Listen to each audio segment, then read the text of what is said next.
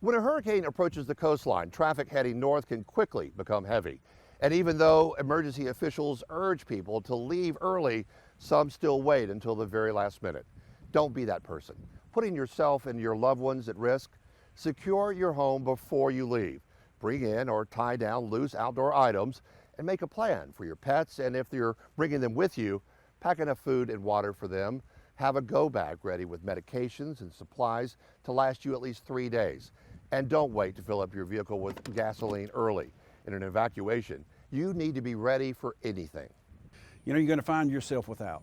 You're going to find yourself that there's going to be a scarcity of fuel at a certain amount of time because we can't deliver fuel during X amount of high winds, and then everybody else is going to get fuel as well. So you need to look at and have that plan, have the things on hand, so when you're ready to enact that plan to get to that safe place, you're ready. If you wait too late, you end up with a lot of congestion, you end up with bad weather coming, you end up with trees falling on the roadway.